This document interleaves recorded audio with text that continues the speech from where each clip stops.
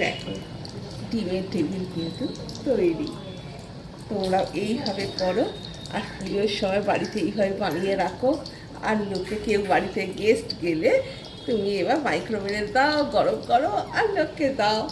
আর না হলে পুরটা রেডি করে রেখে দেবে, আসলেই ফ্রাই করবে আর দিয়ে দেবে। হ্যাঁ, খুব ভালো লাগবে। অবশ্যই এক কাপ চায়ের সঙ্গে এটা দেওয়াই যায়, তাই না? হ্যাঁ, বানাবো ডিমের চপ।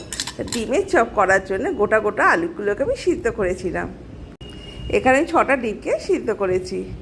এখানে আমি নিয়েছি কি দেখো, জিরা, মৌরি, ধনে, এলাচ, দারচিনি, 2টো শুকনো লঙ্কা, পেঁয়াজ কুচি নিয়েছি, একটু রসুন আর একটু আদা।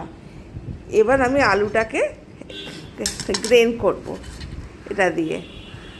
এগুলোকে একটু হালকা নুন আর মরিচ দিয়ে ছড়িয়ে রেখেছি, তাহলে স্বাদটা আরও ভালো হবে। এখানে আমি এটা কাঠখোলা গরম করে ভেজে নেব। কাঠখোলাতে এগুলো ভাজতে বসিয়ে দিলাম হালকা আছে। আলুর মশলা করার জন্য আমি কড়াইয়ে তেল দিয়েছি, দিচ্ছি একটু রসুন ফোড়ন। রসুনটার মুখে এবার আমি এখানে পেঁয়াজ দিয়ে দিলাম। পেঁয়াজগুলো ছোটো ছোটো করে কুচো করেছি, অনেক বেশি না ভাজলেও একটু ভাজতে হয়। আর এখানে আমি আদা কুচি দিলাম,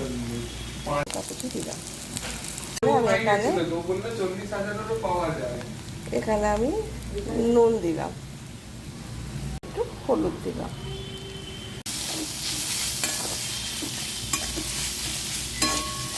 এবার আমি আলুটা তুলে দেব। আলুটা তুলে দিলাম। এই মশলাটা গুঁড়ো করেছিলাম এটা আমি অ্যাড করলাম।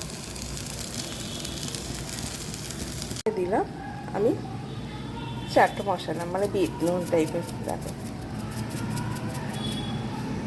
একটু লেবু দিচ্ছি, আমার একটু টক টক মশলা ভাল লাগে তাই আমি একটু লেবু দিচ্ছি।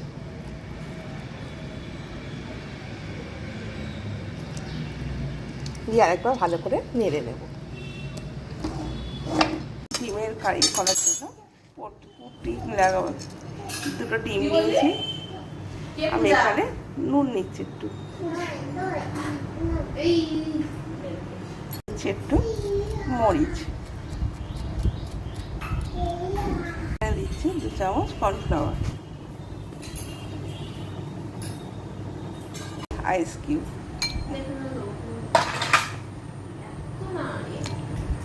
এবার আমি এটাকে ভালো করে ফেটিয়ে দেবো। দেখো ডিম, হাফ ডিম, আলু চোখা, এই যে ডুবলো। আবার ব্রেকফাস্ট।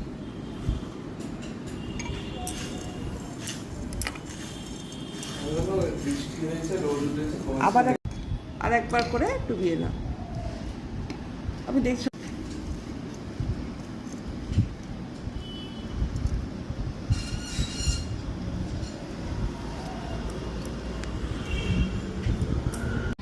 আমি এবার একটু করে তুলে দিলাম।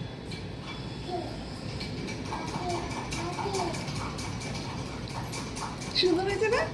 হ্যাঁ,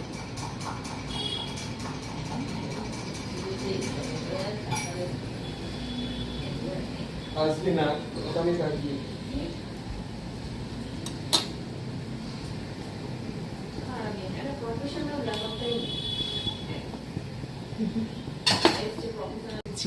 পুজোর সময় ষষ্ঠী থেকে দশমী আমরা আমাদের বাড়ির পাশে একটা ডিমের টেবিলের স্টল বানাচ্ছি। তোমরা কিন্তু অবশ্যই এসো, খুব ভালো লাগবে। আর গরম গরম ডিমের টেবিল খাবে। খাবে কি পরি খাবি তো? পরি তো আছেই। তোমরা যদি আসতে চাও অবশ্যই এসো।